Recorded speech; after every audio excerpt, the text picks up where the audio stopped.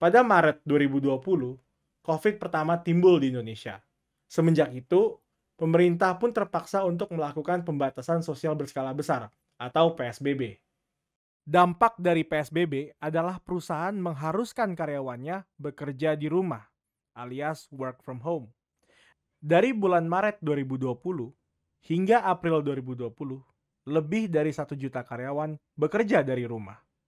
Setelah itu, semua orang pun menyadari, hey, kita bisa loh bekerja di rumah tanpa perlu ke kantor.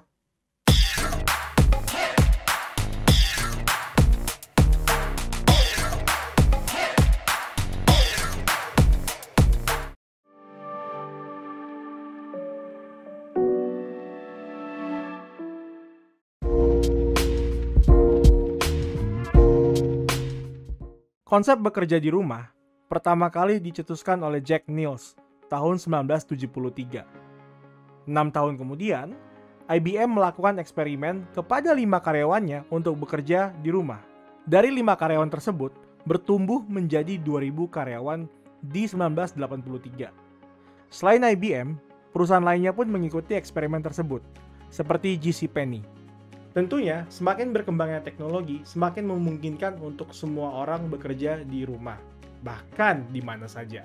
Kontributor utamanya adalah internet, di mana sekarang semua pekerjaan bisa dikirimkan dengan internet, dibaca, direvisi oleh siapapun, dan dikirimkan kepada klien dengan instan. Namun, yang sebenarnya mempercepat proses work from home atau remote work adalah COVID. Bayangkan teman-teman, dari tahun 1973, konsep work from home sebenarnya sudah ada. Tapi konsep tersebut baru diadopsi, baru menjadi terkenal di tahun 2020.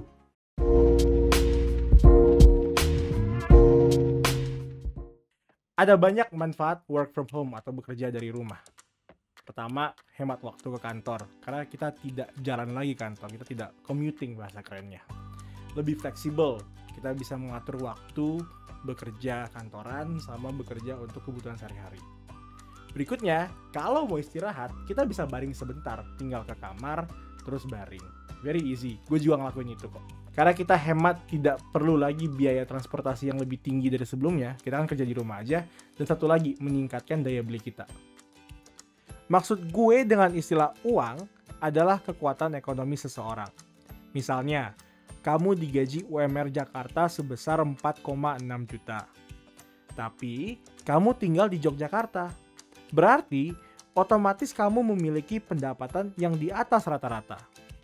Dengan pendapatan lebih tersebut, kamu pun akhirnya bisa menabung. Kamu juga bisa menggunakan uang untuk mengikuti seminar, pembelajaran, sehingga bisa mendapatkan berbagai macam sertifikasi. Bahkan, bagaimana kalau kamu bekerja di perusahaan Amerika dengan gaji sebesar $56.000 per tahun?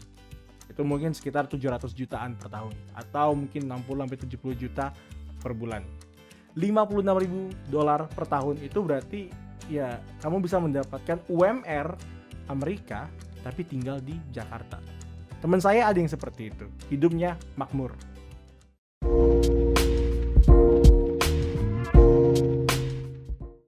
Tentunya, selain manfaat dari sisi karyawan yang lebih banyak uang, gue juga akan bahas sisi risiko dari perspektif perusahaan.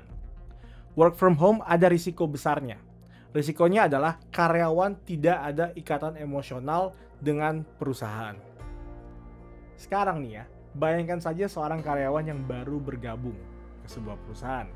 Tidak pernah ketemu atasannya secara langsung, tidak pernah nongkrong bareng teman kerjanya, beneran buka laptop, bekerja, selesai. Karena hanya bekerja saja, ya sang karyawan tersebut kalau mau pindah kantor pun, kalau dapat tawaran dari kantor yang lain, akan lebih mudah untuk pindah. Karena nggak ada hubungan emosional, tidak ada ikatan emosional dengan perusahaan dan kolega. Berdasarkan riset Deloitte tahun 2019, sekitar 43% generasi muda, generasi milenial, berencana untuk pindah kantor dalam waktu 2 tahun. 2 tahun saja. Beda sekali dengan generasi orang tua kita yang bekerja belasan hingga puluhan tahun. Saya sendiri mengenal beberapa teman saya yang orang tuanya bekerja, dia lulus, dia bekerja di perusahaan A, dan sampai sekarang masih di perusahaan A. Dan kemungkinan besar akan pensiun di perusahaan A juga. Beda sekali dengan generasi kita yang cenderung bertahan 1-2 tahun. Tentunya sekarang saat work from home, para generasi milenial ini akan cenderung lebih mudah untuk pindah kantor.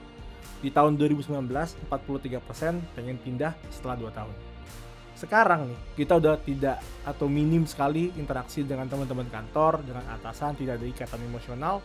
Ya, karena tidak ada hubungan-hubungan emosional tersebut, saat ditawarin gaji yang lebih tinggi di kantor yang baru, di kantor yang lain, kita akan lebih mudah untuk berkata iya.